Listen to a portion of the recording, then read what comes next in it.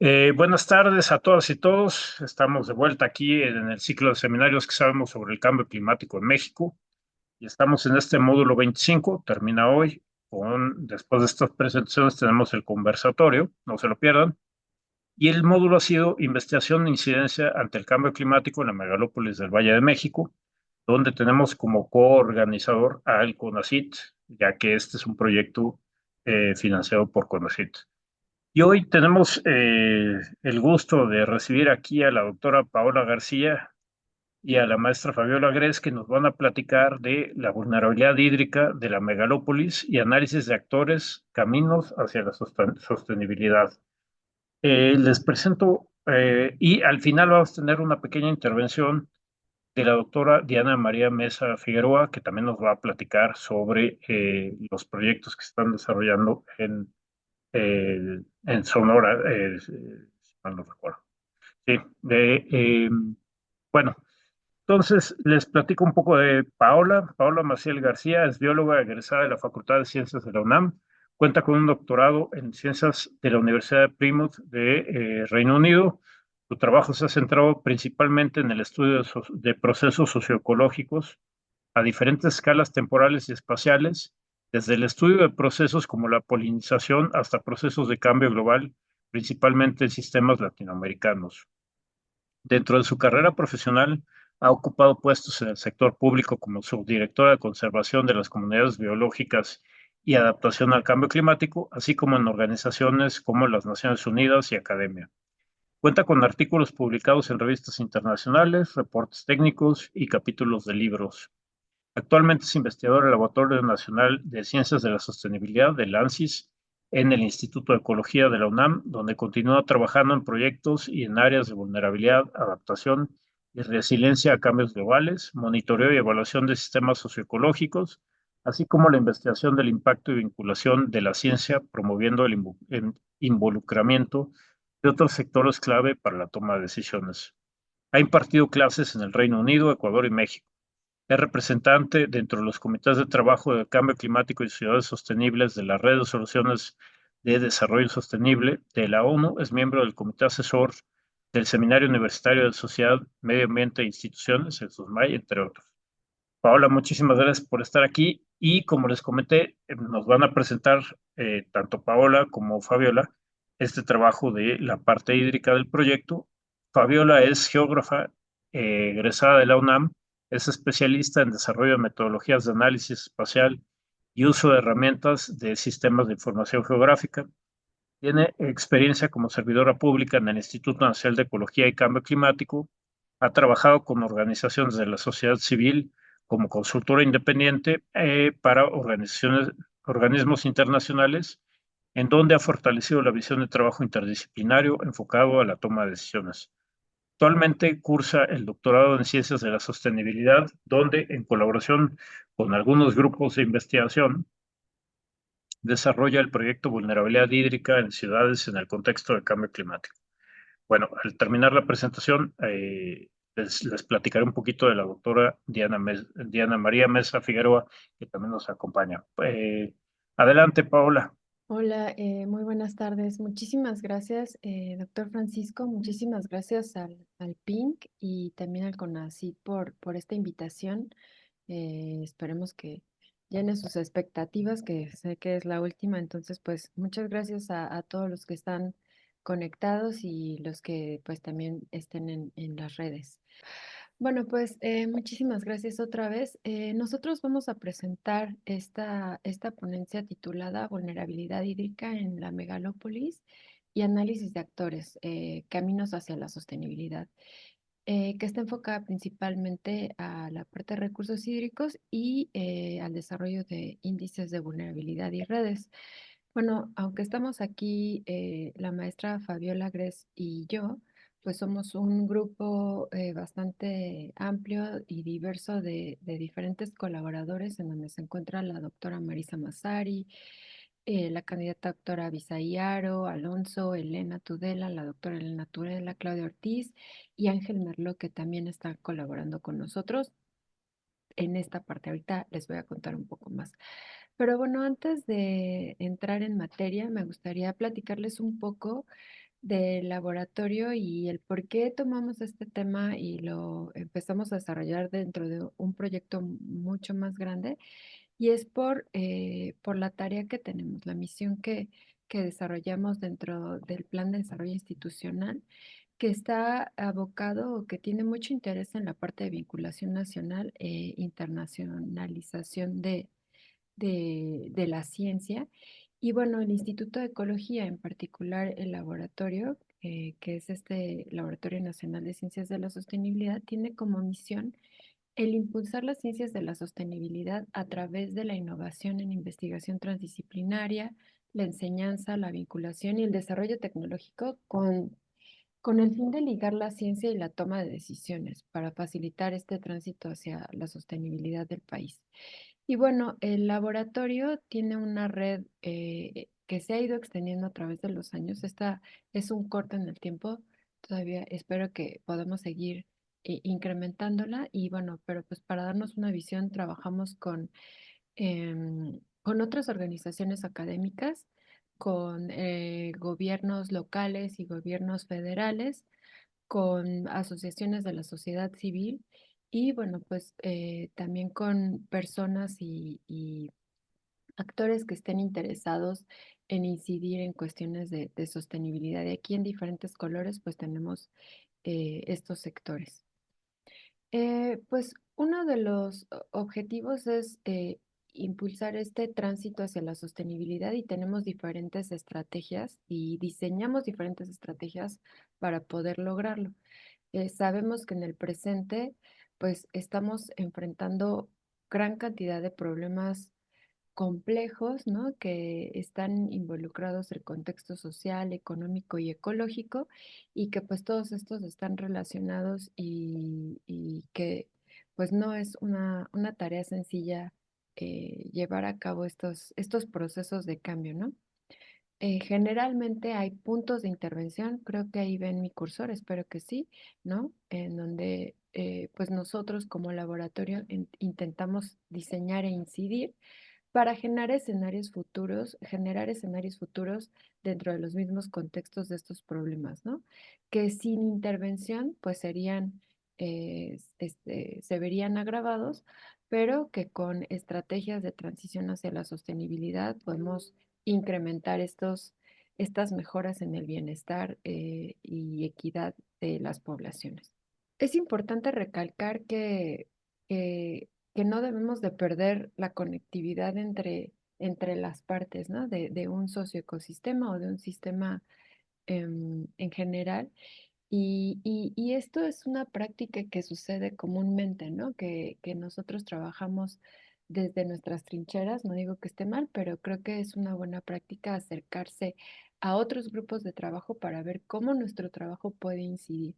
En este caso, nosotros estamos muy enfocados en el desarrollo de herramientas para el monitoreo de la vulnerabilidad hídrica, pero bueno, también sabemos de esta conectividad con otros procesos, ¿no? Como la generación de alimentos, la producción de energía, y todo esto es muy importante para pues generar estas soluciones a estos problemas complejos que se derivan de una colaboración y una implementación de soluciones en el sentido de la coproducción, ¿no? Y también para la generación de política pública. Y pues la realidad es más o menos esta, ¿no? O sea, hay un entramado y una relación muy estrecha entre muchas problemáticas y procesos que suceden dentro de los ecosistemas y más o menos. Entonces, pues al final tenemos una cosa como esta, ¿no? Un mosaico de conexiones que pues hacen que esto pues sea muy complicado y que pues tengamos que estar haciendo contacto de manera continua con nuestros colaboradores. Y con base en todo este espíritu y con esta preludio, pues nos invitan a participar en este proyecto de herramientas y estrategias para la toma de decisiones en cambio climático, calidad del aire y desarrollo sostenible en la megalópolis del Valle de México. Y bueno, me gustaría cederle la palabra a la maestra Fabiola Gres, que nos va a contar un poco más sobre el proyecto. Sí, muchísimas gracias.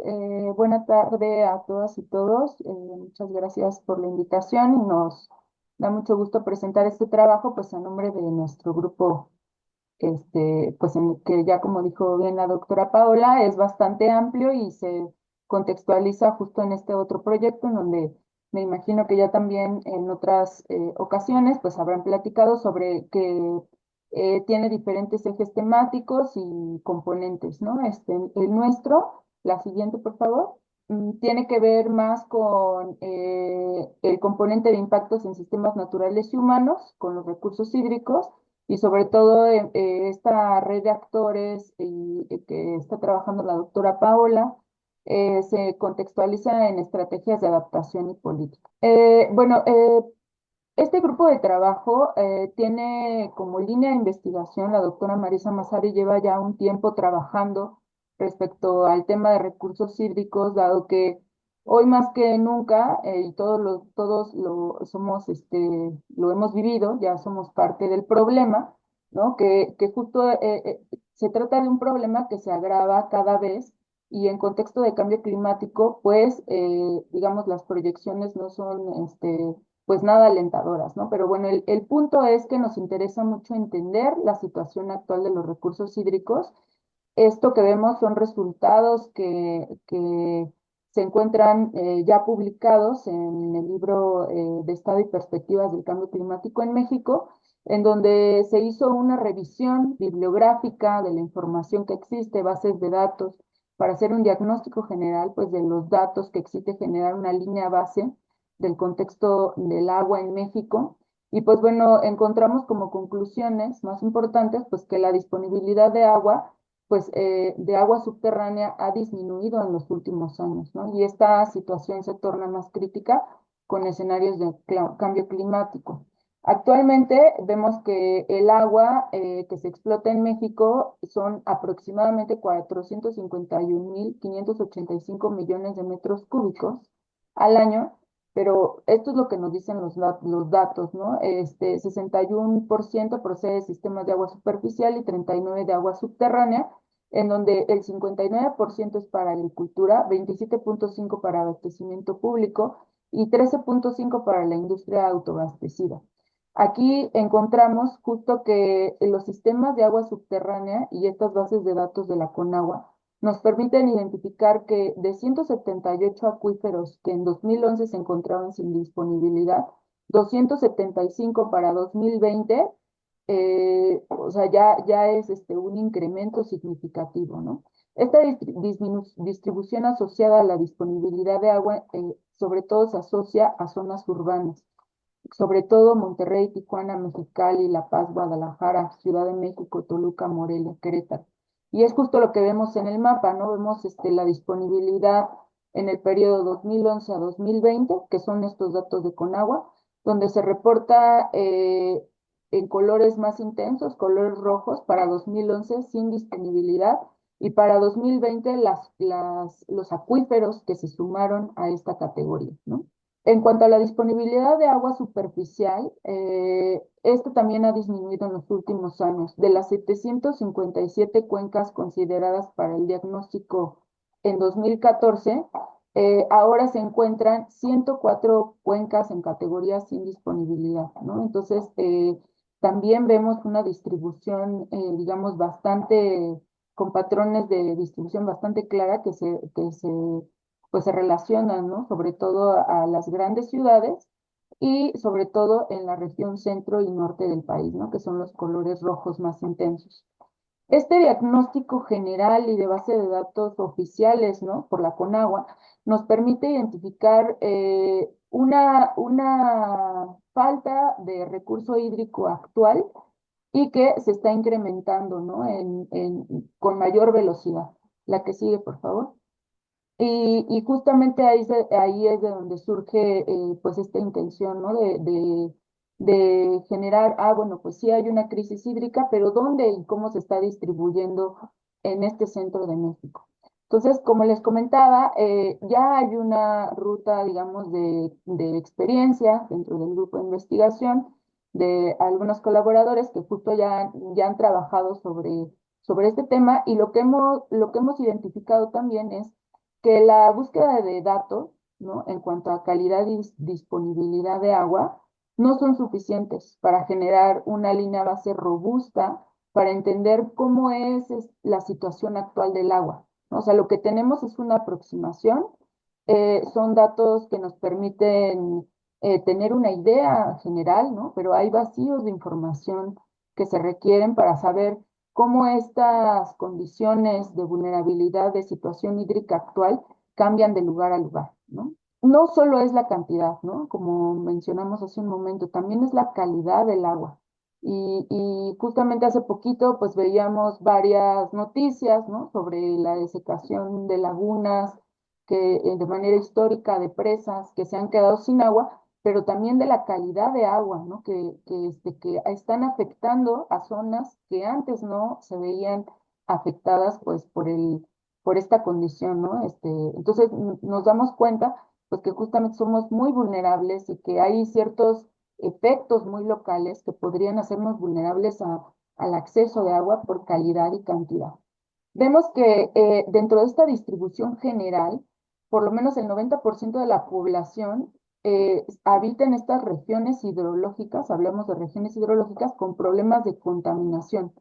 Esta contaminación pues también tiene que ver con cuerpos de agua que reciben descargas residuales y eso afecta la disponibilidad, ¿no? Entonces no solo es calidad, sino esta relación de calidad y cantidad. La condición actual de alteración de las fuentes de agua se podría ver afectada justo con el aumento de temperaturas y la concentración de características fisicoquímicas y microbiológicas, ¿no? Que se estarían desencadenando con estos efectos potenciales de cambio climático. Y lo mismo, esta revisión bibliográfica reportada en Ortiz Faro 2023 tiene que ver con que hay poca investigación respecto a los impactos del cambio climático sobre la calidad del agua, ¿no? Entonces también es ahí un área de oportunidad que identificamos. En cuanto a la dinámica territorial del recurso hídrico en el centro del país, este polígono que vemos delimitado en la línea negra, es es la delimitación del proyecto, ¿no? De la megalópolis. Pero vemos con un enfoque de cuenca, con un enfoque de recurso hídrico, pues que los límites van más allá de esta zona, digamos, de esta división política, ¿no? Tiene que ver con dinámicas que tienen que ver con procesos más complejos y que abarcan zonas más amplias, ¿no? Aquí vemos que en la megalópolis, por lo menos, hay 5 cuencas hidrológicas involucradas: la cuenca de México, la cuenca del río Amacuzac, el río Lerma-Toluca, el Moctezuma y el río Atoyac, ¿no? Entonces, en cada una de estas cuencas vemos dinámicas territoriales muy particulares y elementos, pues, de evaluación y de análisis, pues, que se tienen que considerar, ¿no? Entonces, vemos que son sistemas complejos, ¿no? Cada cuenca constituye un sistema socioecológico complejo y que atiende pues también a dinámicas de la población, a dinámicas de usos, ¿no? De usuarios, y que los efectos del cambio climático pues también van a ser diversos, ¿no? En cada una de estas zonas. Entonces era esto que les decía, ¿no? De la contribución hacia el proyecto general. Y la que sigue, por favor.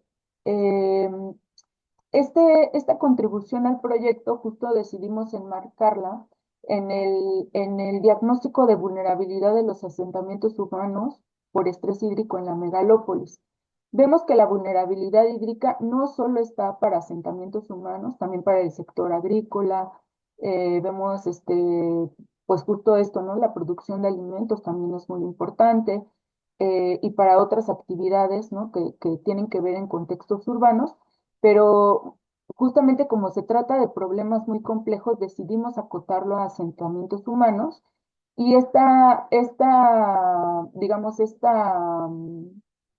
este marco general tiene que ver con los datos disponibles que existen para asentamientos humanos y también para fuentes oficiales y actualizadas de datos, ¿no? Entonces, vemos que también nos enmarcamos en un marco de vulnerabilidad que tiene que ver con 3 componentes: exposición, sensibilidad y capacidad adaptativa, en donde para cada uno de ellos discutimos a profundidad, y pusimos y quitamos, ¿no? En varias ocasiones, pero esto es, digamos, con los indicadores que, que, que nos pareció que daban resultados que nos permitía interpretar y también al método para poder analizar la vulnerabilidad hídrica en asentamientos humanos.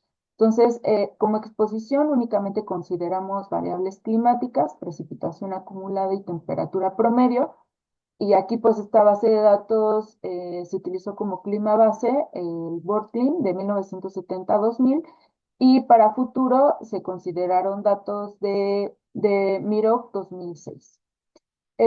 Como sensibilidad se consideró la población total, las viviendas sin acceso al agua entubada, número de habitantes por vivienda y potencial de consumo. Los insumos de estos datos principalmente provienen del Censo de Población y Vivienda, que es el último, 2020. Y como capacidad adaptativa, que son las capacidades, digamos, que disminuyen pues esta sensibilidad y exposición ante esta vulnerabilidad hídrica, tenemos viviendas, o sea, viviendas con cisterna y viviendas con tinaco, que también provienen del Censo de Población y Vivienda. La siguiente, por favor. Los resultados espacialmente explícitos nos permiten ver zonas en donde cada uno de estos indicadores por sí solos muestran pues condiciones, ¿no? Digamos, entre categorías muy alta, alta, media, baja y muy baja, cómo es que afecta espacialmente, ¿no? La disminución de la precipitación en esta visión de la megalópolis, que son pues un conjunto de municipios, un conjunto de centros urbanos, vemos que afectan pues mucho más a zonas pues que tienen que ver más como Puebla y Tlaxcala que a otras, ¿no? Pero ahorita vamos a desarrollar un poquito más, pero para que vean, y estos mapas pues nos sirven para representar también, por ejemplo, en el aumento de temperatura, como vemos que sobre todo son al norte, ¿no? El aumento de temperatura se calculó respecto al clima base, son los deltas de temperatura y precipitación, los que vemos aquí en las variables climáticas, y entonces vemos que sobre todo al norte el aumento de temperatura será hacia donde va a afectar. Respecto a la población total, encontramos un patrón de distribución que permite ver un patrón de crecimiento y de concentración, digamos, más hacia las periferias. Y esto no está exento, o sea, otros centros urbanos, la Ciudad de México, el Estado de México, pero también pues la ciudad de Puebla, ¿no? Aquí como aspectos importantes. Porcentaje de viviendas sin acceso al agua entubada, vemos que también las periferias, o sea, todo lo que ven verde es que tienen acceso, pero hacia las periferias vemos colores amarillos y rojos, que son los que nos indican que un porcentaje menor, ¿no? Al acceso de agua entubada. Número de habitantes por vivienda, que tiene que ver con, sí, con un nivel de hacinamiento dentro de las viviendas, ¿no? Número de habitantes, que también es un indicador que nos proporciona el Censo de Población y Vivienda, pues vean cómo se distribuye también hacia las periferias de los centros urbanos, ¿no? O sea, esto no es una excepción, si hay un patrón muy específico. En el nivel socioeconómico reportamos el comportamiento de 19 variables para determinar un nivel socioeconómico, que estas variables tienen que ver con bienestar en la vivienda, ¿no? Como acceso a internet, teléfono, si existen electrodomésticos, número de escolaridad, nivel de escolaridad, acceso a salud, otras condiciones que nos permiten aproximarnos pues a lo que es el nivel socioeconómico. Y vean lo interesante también, que es justo el patrón muy claro que se ve, ¿no? Hacia el centro, por ejemplo, de la Ciudad de México, y las periferias, ¿no? Que son los colores rojos. Entonces, a partir de este nivel socioeconómico, se hizo un índice para calcular el consumo potencial de litros por habitante en la vivienda, y es lo que vemos aquí en este mapa, ¿no? Vemos en colores rojos, en donde potencialmente se estaría consumiendo mayor cantidad de agua según el nivel socioeconómico y la zona climática en la que se encuentra, ¿no? Que es un índice de potencial de consumo de la CONAGUA. También dentro del porcentaje de viviendas con cisterna vemos un patrón diferenciado entre el centro de de las ciudades hacia la periferia, ¿no? Vemos que también el acceso de viviendas con tinaco muestra un patrón también, ¿no? O sea, muy específico hacia las periferias de viviendas sin cisterna y, bueno, viviendas con cisterna y viviendas con tinaco. Estos son los resultados preliminares haciendo una sumatoria lineal del cálculo del índice de vulnerabilidad. Este índice lo hemos estado trabajando ya hace un par de meses y lo hemos estado perfeccionando con apoyo del grupo de investigación pues, del proyecto, y justo estamos intentando ver, ¿no? Potencializar estos resultados a partir de otros métodos. La que sigue, por favor.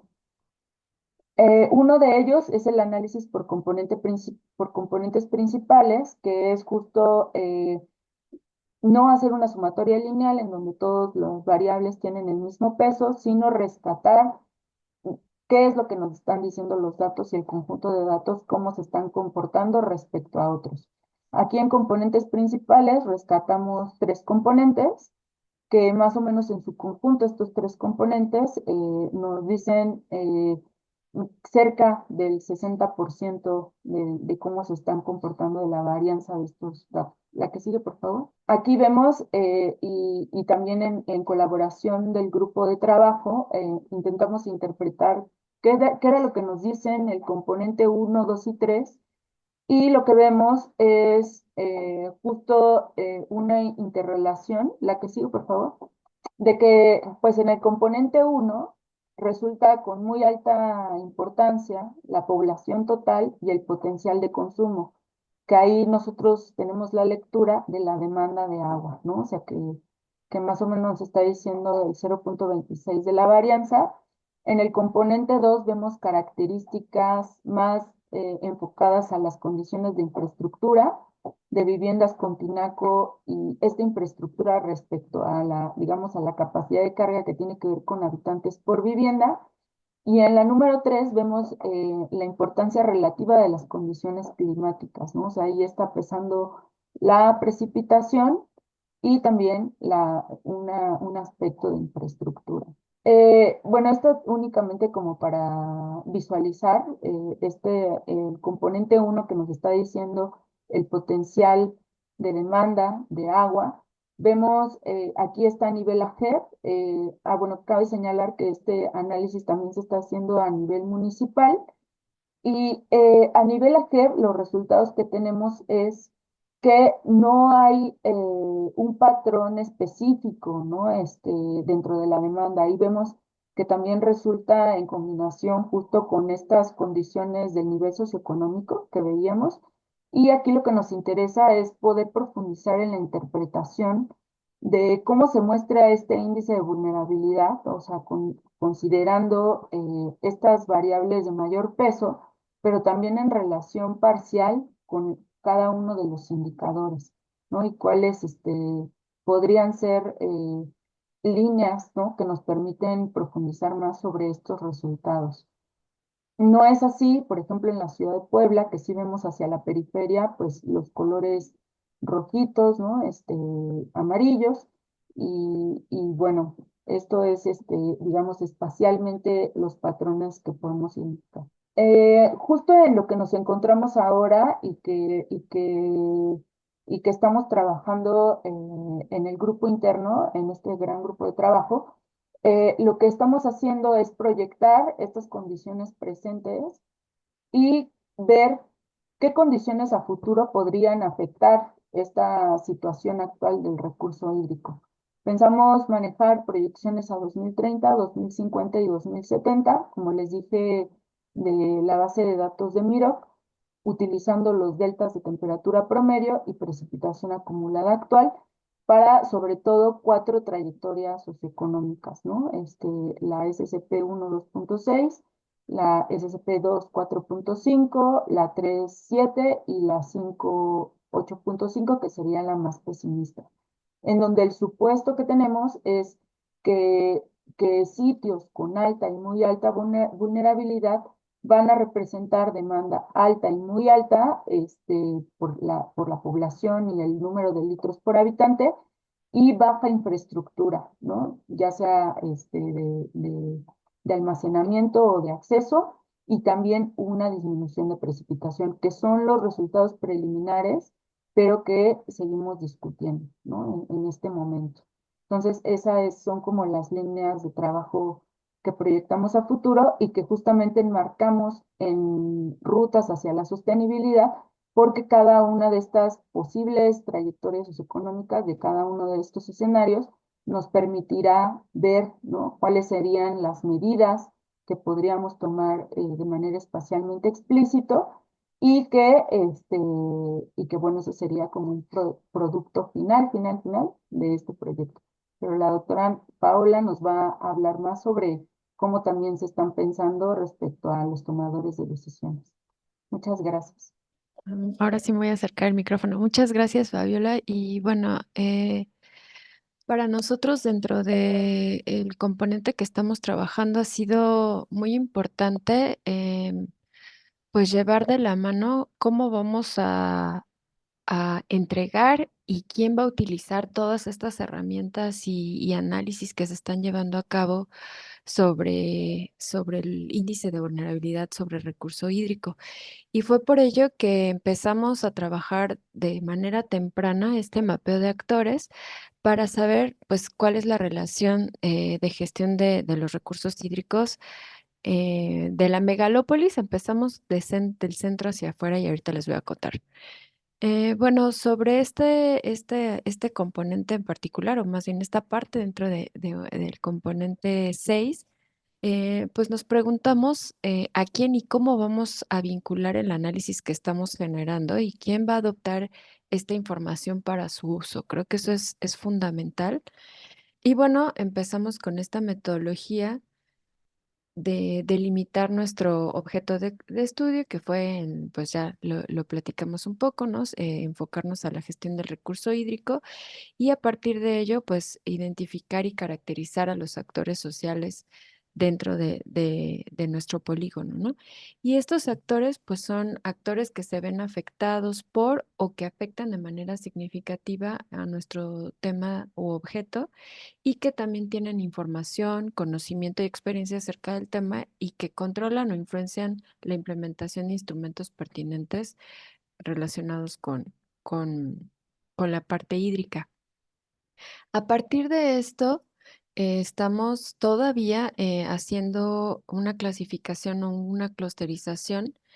Ya vamos bastante avanzados. Ahorita les voy a mostrar algunos resultados en donde tenemos a instituciones públicas, nacionales, locales, que tienen incidencia en la zona y también hemos incluido algunas organizaciones de la sociedad civil y actores individuales que aportan a la gestión. Hemos utilizado la metodología de análisis de redes.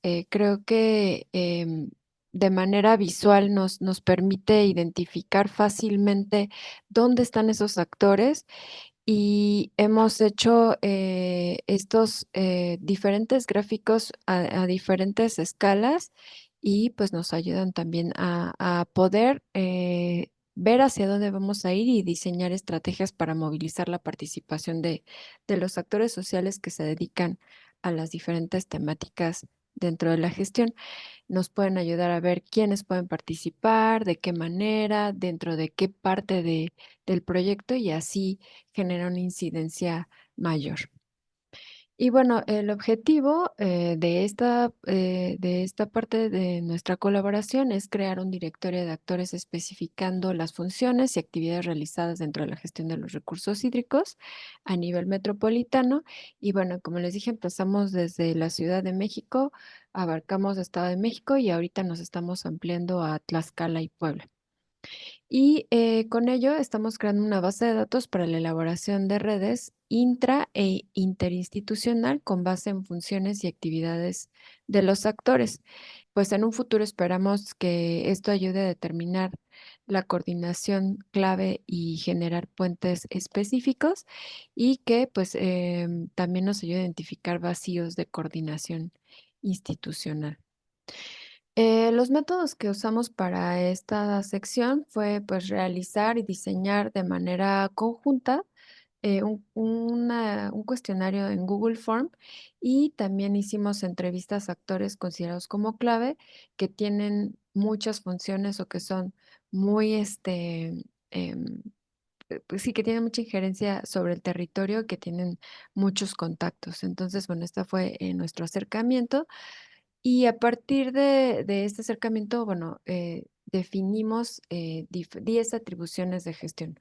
Una es monitoreo hidrológico y climático, provisión de agua, extracción en particular, red hidráulica y mantenimiento, en donde se incluyen suministro, fugas e inundaciones, concesiones, sistemas de alcantarillado, tratamiento de agua residual, infiltración y captación de agua pluvial, perdón, vegetación y áreas verdes, planeación estratégica y gestión de riesgo, elaboración de políticas, comunicación y difusión de cultura del agua.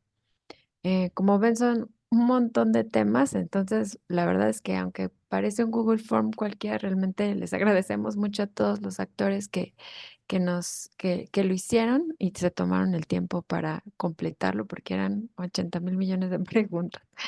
Este cuestionario está de manera virtual y bueno, tenía 3 secciones, ¿no? Los datos de contacto que nos ayudan a generar el directorio, los detalles del puesto y su posición y bueno, principalmente estas relaciones institucionales por cada atribución a diferentes escalas, federal, estatal, intermunicipal, académica y otros actores. Entonces, bueno, aquí tenemos un screenshot de cómo se ve el Google Forms. Si alguno de ustedes esta vez se quiere sumar, los invitamos a que, y tienen un montón de colaboradores, por favor, súmete.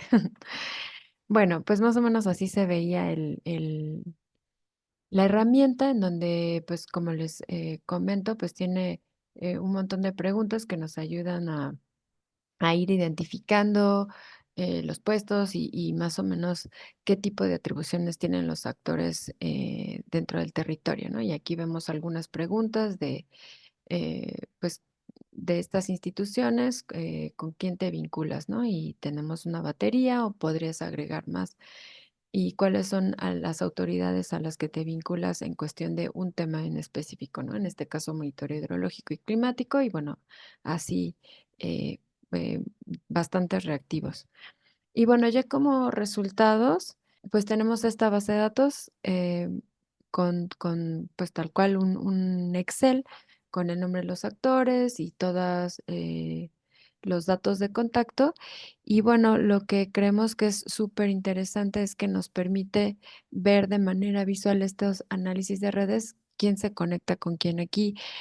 Tenemos en colores, en diversos colores, el tipo de actor, si pertenece a la academia o de qué alcaldía o estado pertenece y están con identificadores anónimos para no exponer nombres, pero pues vemos estos vínculos. Y aquí tenemos esta red de gestión de recursos hídricos de la megalópolis del Valle de México. Lo que estamos haciendo es hacer un clúster un poco más cerrado que nos permita accionar ante cuestiones, por ejemplo, de normatividad. O sea, quiénes están involucrados en la cuestión de normatividad, planeación y prevención.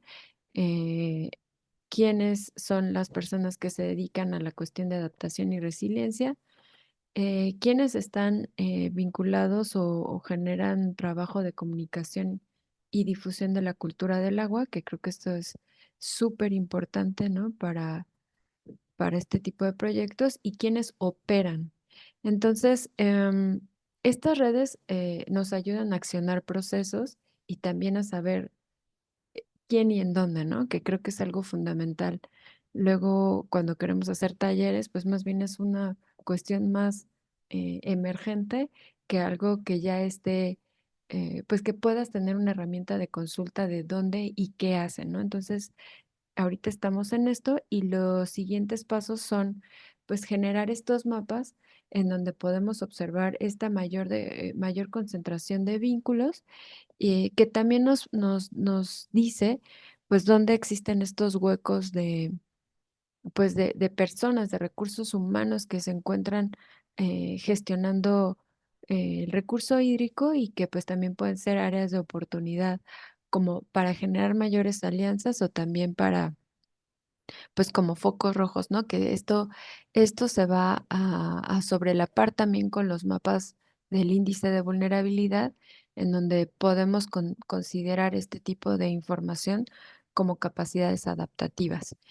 Y bueno, ya para ir cerrando, pues lo que esperamos o que estamos haciendo para concluir este proyecto es un visualizador que pues más o menos se ve así, obviamente dinámico, que permite, ¿no?, incluir el índice de vulnerabilidad, las capas de los mapeo de actores, en donde vamos a tenerlo a nivel AGEP y a nivel municipal, y que se pueden, pues, montar todas las variables de exposición, capacidad adaptativa y sensibilidad. Aquí, bueno, ese es otro marco, este es como un dummy, pero bueno, la idea es que correspondan al índice y que, bueno, podamos interactuar de manera más fácil con la información que estamos generando.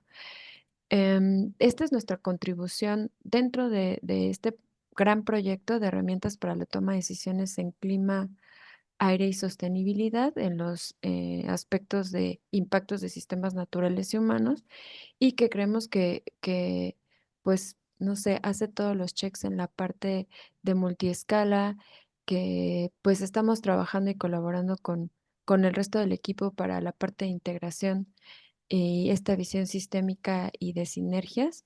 Y bueno, que consideramos que tiene y puede tener un gran impacto para la toma de decisiones basada en estudios con rigor científico, con toda esta información que les estamos presentando y basado, ¿no?, en una problemática muy real que esperamos que podamos contribuir y atender en aspectos, ¿no?, de importancia nacional.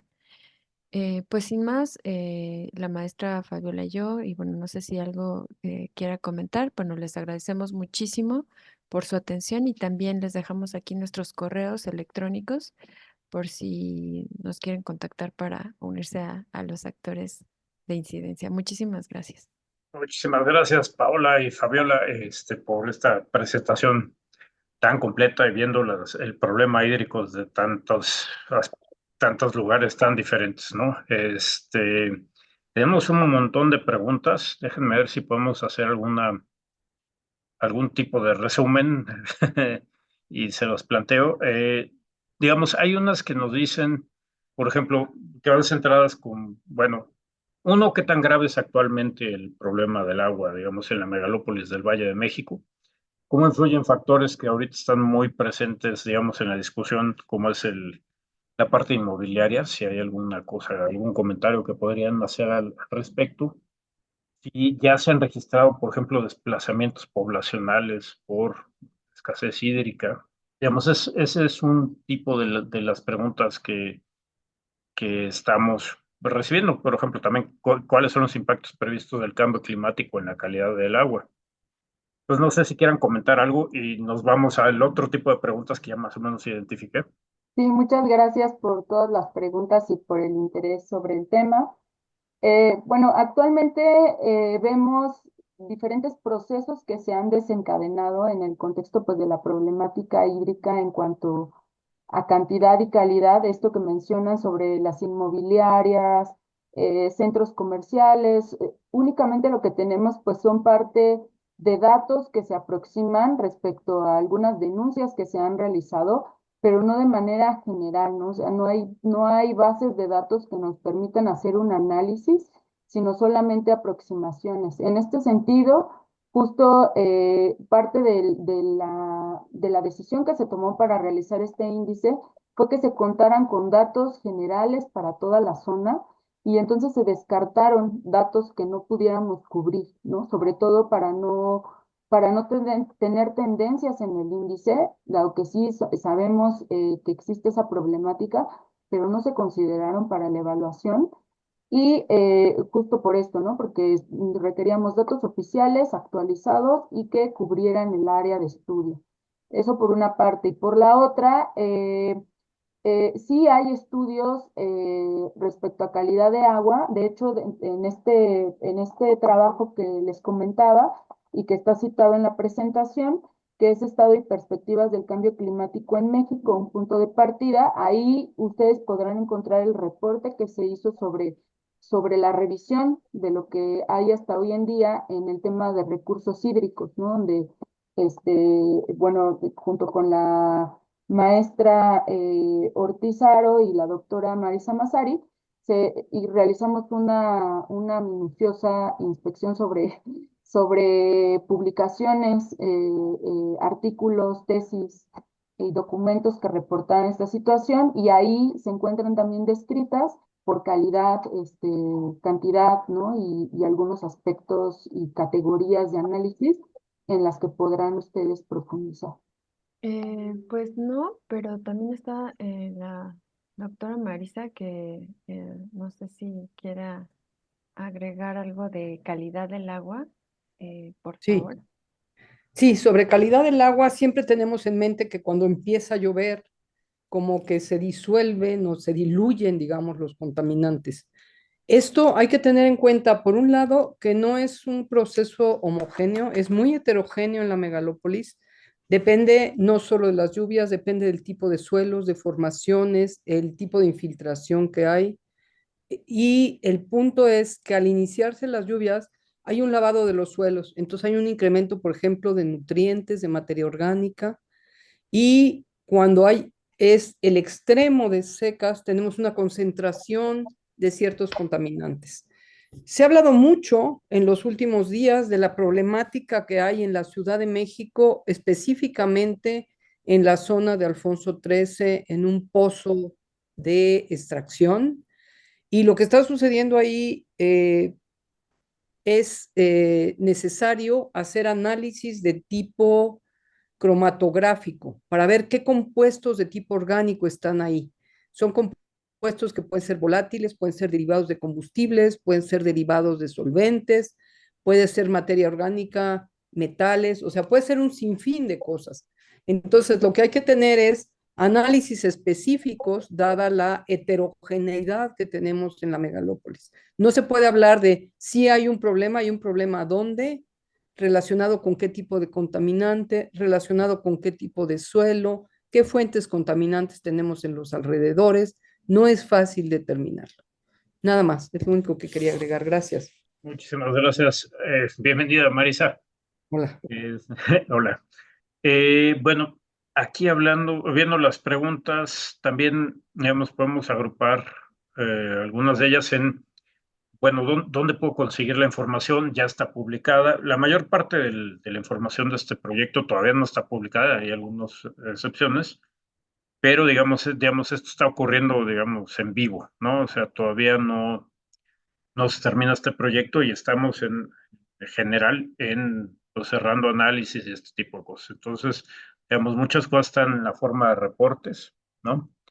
Y en cuanto bueno, también nos preguntan si el visor web ya puede consultarse. También quisiera añadir que además de ese visor web está lo que le llamamos el Data Pink, aquí en el Pink, que tiene una sección de Megalópolis precisamente, que trae otro tipo de información y todo esto se complementan muy bien, digamos, el visor y el Data Pink. Y también es un proceso que está en marcha, digamos, estamos subiendo los resultados, los datos que están generando y lo que otros grupos contribuyan, ¿no? Entonces, digo, la pregunta para ustedes es, eh, pues digamos, por ejemplo, bueno, hay unas muy específicas como qué software utilizaron para el análisis de redes y en dónde pueden consultar, dónde pueden tener más información. Y para el análisis de redes estamos utilizando un software libre que se llama Cytoscape. Ahorita si quieren les pongo una liga en el chat para que lo puedan descargar. Está muy interactivo, la verdad es que está muy divertido. Hay varios tutoriales en las redes también que si tú quieres hacer tu propia red, cómo crear primero la base de datos y luego cómo migrar esas bases de datos generalmente se hacen en Excel o sí, en algún tipo de programa similar y las migras con algún punto eh, metagrafo hacia Cytoscape. Lo que te permite Cytoscape es analizar esta cuestión de centralidad, de cuáles son los nodos con mayor incidencia, ¿no? Como ya hacer estos vínculos.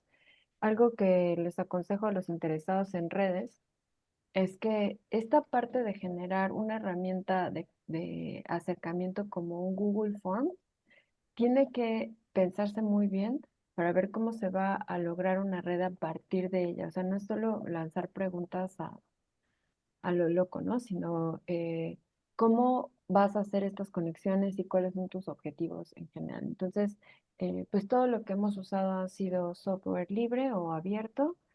Ahorita les pongo las ligas y pues hay como 1000 tutoriales en las redes por si están interesados en capacitarse en eso. Ujú. Muchas gracias. Y Paula, hay una pregunta más, bueno, relacionada. ¿Cómo está considerando a responsables de gestión? ¿Han pensado considerar a estudiantes o investigadores ajenos a la gestión? Pues, pues estaría increíble, la verdad, ¿no? O sea, como que yo creo que cuando hablamos de actores, casi siempre uno piensa en el presidente municipal, y esto lo decimos muchas veces, ¿no? Pero realmente todos somos actores y tomadores de decisiones, ¿no? Todas las mañanas es que me pongo, qué desayuno, todos decidimos y todos actuamos. Y sí creemos que pueden ser bueno, sin hablarlo ¿no? Como actores que se pueden seguir sumando. Lo que realmente estamos tratando de hacer es vincular esta herramienta, ¿no? La herramienta del índice y luego todas las herramientas que salgan o que terminen de consolidarse dentro del proyecto para la ejecución y toma. Entonces, bueno, si dentro de sus tesis, si dentro de sus trabajos, este tipo de herramientas son útiles, pues claro que sí, ¿no? Creo que sería muy bueno que se pudieran apropiar. Entonces, eh, pues podremos generar una capa, ¿no? O sea, tenemos de sociedades, organizaciones de la sociedad civil, también podremos, ¿no? Catalogar la parte estudiantil, ¿no? A lo mejor con interés en la cuestión de la gestión de recursos hídricos. Bueno, pues vamos a hacer, como les mencionaba al principio, este ciclo lo estamos organizando con el CONACYT y el CONACYT del parte de CONACYT nos hace el favor de acompañarnos la doctora Diana Mesa Figueroa, que nos va a hablar un poco de un proyecto que se parece, que digamos aborda cuestiones similares a las que estamos platicando. Y terminando su presentación, que va a ser muy breve, o que va a ser breve, digamos, entramos todos al conversatorio, también invitamos a la doctora Diana a que se sume para que platiquemos, digamos, de estos problemas que tenemos en la megalópolis del Valle de México o en general en las megalópolis. Entonces, les platico un poco de la doctora Diana María Mesa Figueroa.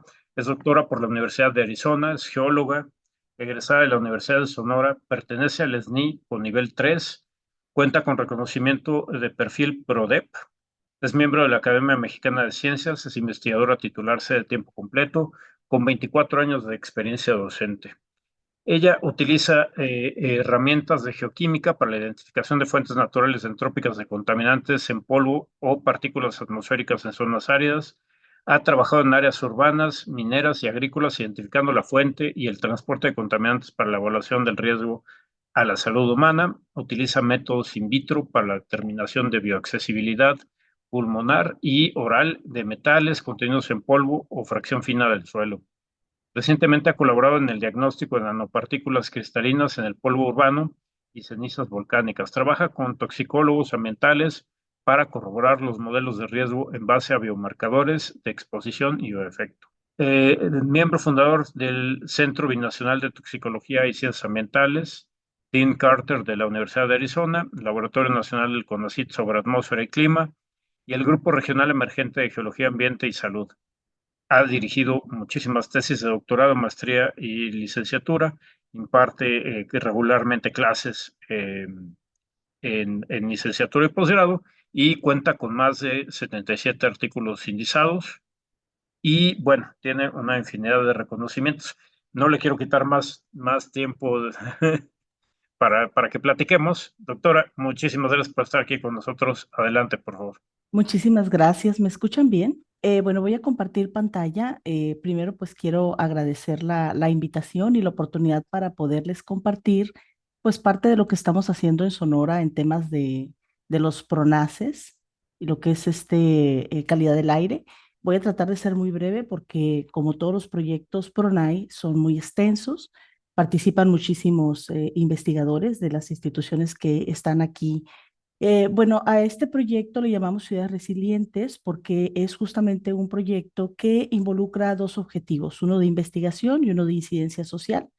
El objetivo de investigación es muy similar a lo que todos nosotros conocemos, evaluar la calidad del aire, los contaminantes que existen, cuáles son las tendencias históricas de estos contaminantes y el potencial daño en la salud.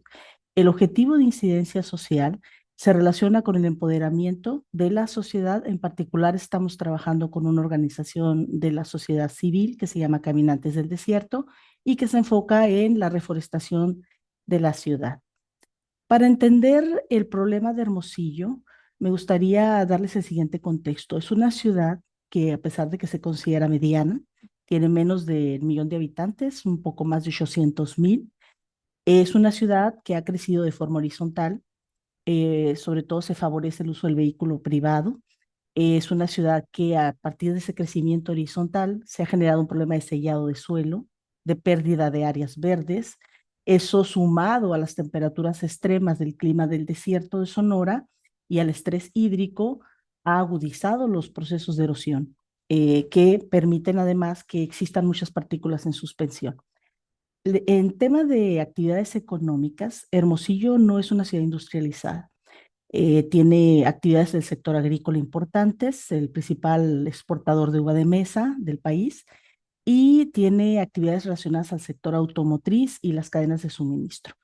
La imagen que ven aquí les muestra la escasez de áreas verdes. Los datos de académicos hablan de un 12% de áreas verdes. El gobierno menciona 5.9 metros cuadrados per cápita. Sin embargo, la Organización Mundial de la Salud recomienda 10. En ambos casos estamos muy por debajo de lo que se recomienda. El crecimiento horizontal de la ciudad se muestra aquí en esta figura con varios colores desde 1990 a 2020. Y lo que vemos también es que hay una cierta asociación espacial con las islas de calor en la ciudad. Eso tiene que ver con los patrones de urbanización y justamente por la escasez de agua se lleva a que casi no se generen en los nuevos fraccionamientos, no se dejen las áreas verdes. Entonces, es un problema principalmente de urbanización. ¿Cuáles son las condiciones del entorno urbano vial de Hermosillo? Tenemos un grave problema porque del 100% de las manzanas, 90% tienen alumbrado deficiente, el 79% no tiene árboles y el 96% no son amigables para los peatones. Entonces, eso simplemente no favorece la movilidad peatonal. Los vehículos automotores registrados en Hermosillo son para el año 2022, creo, no alcanzo a ver aquí, perdón, 2022, 410,770, casi el 50% de la población. Y no están incluidos los autos importados o vehículos que le llaman chocolates, ¿no? Que es muy común en las zonas fronterizas, que muchísima gente tiene autos irregulares. Se estima un parque aproximado de 300,000, de los cuales mucho más del 70% se concentra en Hermosillo. Entonces eso les da una idea del parque vehicular de la ciudad. ¿Qué hemos hecho en temas de mediciones? Se cuenta con una estación fija de la Red Universitaria de Observatorios Atmosféricos de la UNAM, de la RUOA, en la cual se miden desde el 2014 a la fecha contaminantes que están indicados aquí, compuestos de nitrógeno, ozono, dióxido de azufre, las PMs. Recientemente adquirimos un equipo para medir carbono negro, el cual apenas está trabajando para generar datos, y también tenemos colectores de particulado. Por otro lado, estamos trabajando sensores que instalamos tanto en drones como en vehículos para poder medir básicamente los mismos contaminantes que la estación fija. Tenemos 2 sitios de investigación ecológica a largo plazo que nos van a permitir generar catálogos de indicadores para ver cómo las acciones ciudadanas están ayudando en la mitigación de estos efectos de la contaminación. En particular, estamos enfocándonos en la reforestación con especies endémicas. El sitio número 1 es el Campus Hermosillo de la Universidad de Sonora. Como pueden ver, es un pequeñito pulmón en la ciudad y sí tiene áreas verdes. Y el segundo sitio es el Panteón Yáñez, el cual es un sitio que no tenía vegetación. En ambos realizamos mediciones de manera regular y también acciones de reforestación. Tenemos también un programa de ciencia ciudadana en el cual la comunidad nos ayuda a medir. En este programa, lo que ven en círculos verdes es el número de hogares que están participando actualmente en la iniciativa. Y también utilizamos medidores, sensores Aeroqual para poder acercarnos a la comunidad y tener un diálogo o un lenguaje común. Las personas toman las medidas, les ayudamos a interpretar y eso permite que mediante el conocimiento la comunidad se empodere y se coproduce el conocimiento, que creemos que es muy importante para poder alcanzar los objetivos de incidencia social del proyecto. Además, tomamos, para ver el efecto del tráfico vehicular en la contaminación atmosférica, tomamos una serie de muestras variadas. Polvo de calle, tomamos muestras del tubo de escape de autos, colectamos filtros en el cual tomamos muestras del particulado atmosférico y también utilizamos abejas, que son como pequeños drones naturales que captan mucho de este particulado muy fino y que nos permite analizar la muestra sin procesarla mucho para poder también estudiar fracciones solubles de contaminantes. Adicionalmente, estamos midiendo el polvo de interior de vivienda y el polvo de exterior de vivienda a partir del programa de ciencia ciudadana que acabo de mencionar. ¿Por qué nos interesa el tema de los vehículos y cómo lo estamos estudiando? Nos centramos en los catalizadores de 3 vías, que son los más comunes actualmente. Estos catalizadores permiten convertir los gases tóxicos del motor, aquí indicados en rojo, a gases amigables con el medio ambiente, indicados en azul, a partir de 3 reacciones que están aquí en la diapositiva. ¿Cómo sucede esto? Tenemos 2 monolitos de un mineral que se llama cordierita, que es un aluminosilicato de hierro y de magnesio, que tiene una textura de panal de abeja para poder aumentar el área superficial. ¿Por qué es importante aumentar el área superficial? Porque este monolito está bañado con una solución de nanopartículas de óxidos de cerio, circonio y algo de aluminio que cubren toda la superficie del monolito y que le dan soporte y dureza. Sobre esta superficie se colocan los materiales que producen la reacción, que son los platinoides, que son los metales activos. ¿Qué es lo que sucede? Sucede que cuando un catalizador deja de funcionar es porque ya perdió la capa de metales activos. En ciudades como la Ciudad de México, en megalópolis, donde hay programas de verificación vehicular, cuando un auto no pasa la prueba de verificación vehicular, se tiene que quitar el catalizador o cambiarlo. En Hermosillo, como no existe un programa similar, los autos continúan circulando con el catalizador sin la capa de platinoides. Entonces nosotros tomamos como un trazador geoquímico los óxidos de circonio y cerio porque no son elementos comunes en la corteza. Entonces nos permitían trazar la influencia de estos catalizadores en el polvo.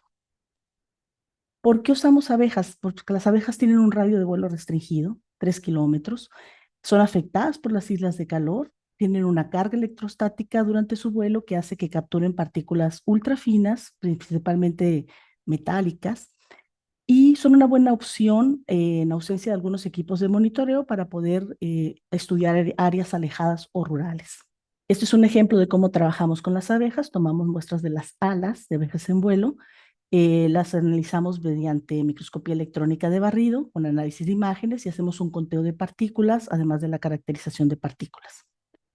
Trabajamos un conjunto de herramientas analíticas para estudiar todas las muestras que mencioné, difracción de rayos X, microscopía electrónica de barrido, espectroscopía Raman, microscopía de transmisión electrónica y para la composición total ICP masas. Bueno, ¿qué hemos detectado? ¿Cuáles son los resultados? Tenemos tendencias históricas del 2014 al 2023 que son bastante interesantes. Están indicados en diferentes colores los meses del año y lo que ven en el eje de las X es la hora, las 24 horas, ¿no? Si observamos la gráfica de ozono, podemos ver que de las 8 de la mañana a las 5 de la tarde tenemos una tendencia de un pico que es muy interesante porque durante los meses de febrero, marzo, abril, tenemos los valores máximos y es cuando la gente regularmente anda haciendo actividades al aire libre porque al ser una ciudad con un clima del desierto, esos meses el clima es más agradable, entonces hay muchísima actividad al aire libre y también se han incrementado muchísimo las enfermedades respiratorias agudas, en particular el asma se triplicó del año pasado al actual. Entonces, esto nos permite hacer recomendaciones para las actividades al aire libre en base a estas tendencias históricas obtenidas con la estación de la RUOA. Por parte de las PM10, tenemos un pico que inicia más o menos a partir de las 5 de la tarde hasta la medianoche, empieza a descender y tiene su mínimo a las 4 o 5 de la mañana de forma histórica y vuelve a tener un ligero pico hacia las 8 de la mañana. Entonces, estamos elaborando una guía para entornos escolares saludables y estamos elaborando una plataforma virtual para que podamos emitir recomendaciones en temas de reducción de exposición a contaminantes atmosféricos. ¿Cómo está Hermosillo con respecto a otras ciudades? En este gráfico aparecen las principales ciudades que tienen programas de monitoreo de calidad del aire y Hermosillo tiene un promedio histórico anual de 17 microgramos por metro cúbico, muy por encima de lo recomendado por la Organización Mundial de la Salud y similar a ciudades como Querétaro, Puebla, Pachuca, que tienen una mayor actividad industrial que Hermosillo. Entonces, esto nos indica que el hecho de que sea una ciudad relativamente pequeña o mediana en un entorno no industrializado no quiere decir que no tengamos problemas de contaminación de preocupación y posiblemente esté sucediendo lo mismo en muchas ciudades del país, sobre todo en los climas semiáridos. Las PM2.5 tienen un comportamiento un poco errático. Durante el mes de julio es un comportamiento anómalo, pero podemos ver una tendencia clara en los demás meses a un aumento a partir de las 6 de la tarde, con un pico máximo por alrededor de las 10, 11 de la noche, y luego empiezan a disminuir los contaminantes para aumentar ligeramente a partir de las 8 de la mañana. ¿Qué encontramos de relación con el tema de los vehículos? Bueno, aquí una imagen dice más que 1000 palabras. Estas tres figuras que ven, estas tres imágenes que ven en la parte superior son catalizadores. El primero es uno nuevo, el segundo es uno de la Ciudad de México y el tercero es de la Ciudad de Hermosillo. Como ven, el de la Ciudad de Hermosillo ya no se aprecia la estructura en panal de abeja, ya tiene fusión, incluso el monolito. Y lo que vemos en la imagen de microscopía electrónica de barrido es que el catalizador sin uso, el monolito, tiene todavía entera la capa refractaria que se ve en blanco en el círculo amarillo. En el caso de la Ciudad de México, podemos ver que todavía se aprecia esa capa refractaria, posiblemente porque ya perdió los platinoides, pero todavía vemos la capa refractaria. Y en el caso de Hermosillo, simplemente está ausente esa capa refractaria y también está deformado en la imagen del corte. Esto es otra imagen del monolito nuevo y el monolito en el A y el monolito usado en Hermosillo en el B. Y lo que podemos ver es que el monolito de Hermosillo todavía alcanzamos a ver los rastros de circonio en círculo azul y de cerio en estas mediciones con microscopía de barrido electrónico. Y lo que observamos es que ocurre una separación de fases de circonio y de cerio al momento de aumentar la vida del catalizador. ¿Por qué es importante esto? Porque el circonio, el óxido de circonio es equivalente a un mineral que se llama badeleyita, que tiene un alto punto de fusión y que es refractario. ¿Qué quiere decir? Que no se disuelve en condiciones de pulmón.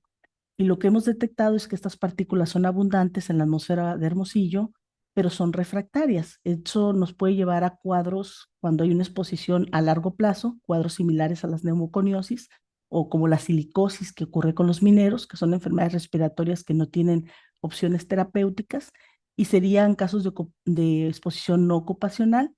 Por lo tanto, estamos considerando estos compuestos como contaminantes de tipo emergente porque no están contemplados en la legislación.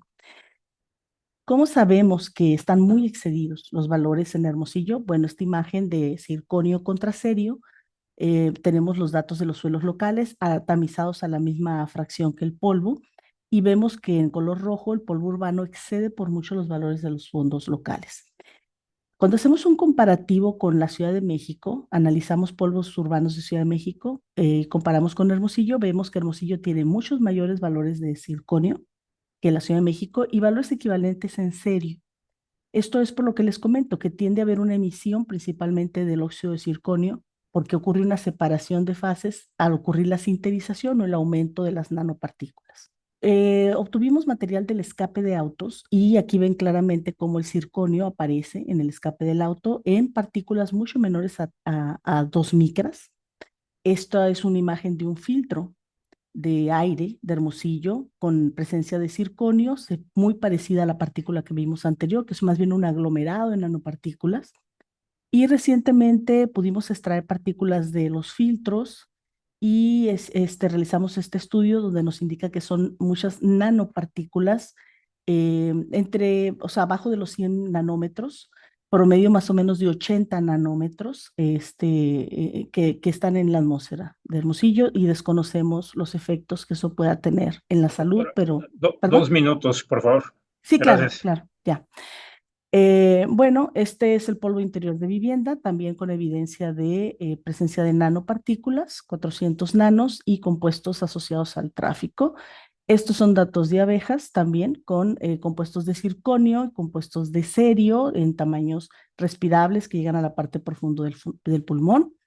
Estas son imágenes de microscopía de fuerza atómica que nos indican que las abejas que colectamos en zonas que tienen árboles no tienen partículas en sus alas y las abejas que están en zonas de tráfico tienen muchas partículas en sus alas, lo cual nos da una idea de la captura de las partículas por parte de los árboles. Como acciones de incidencia, vemos el cambio en la flora. Esto es un jardín polinizador en el bosque urbano y vemos que ya se nota la transformación con la cantidad de árboles que se han sembrado en el bosque urbano. Y finalmente, para concluir, mencionar que la composición de los filtros nos indican que tenemos valores en algunos casos superiores a los de la Ciudad de México, obtenidos por el mismo laboratorio. Que el polvo urbano tiene un 70% de PM2.5, muchas de ellas son nanopartículas, que hay un impacto de vehículos por los catalizadores, que las abejas son buenos biocolectores de estas partículas y que la reforestación disminuye esta carga de partículas. Sería todo de mi parte, les agradezco mucho. Esto es una iniciativa de ley que ya he presentado previamente para el tema de la reforestación y parte del grupo de trabajo que me apoyó específicamente para estos resultados. Muchas gracias. Muchas gracias, doctora Diana. Muy interesante el proyecto y ya habrá oportunidad para presentar, digamos, con mayor extensión, con mayor profundidad, los proyectos que se han desarrollado dentro del paraguas de los PRONACE de CONACYT, los de cambio climático, y habrá un espacio que estamos diseñando especialmente desde aquí en el PINC para que se presenten estos resultados.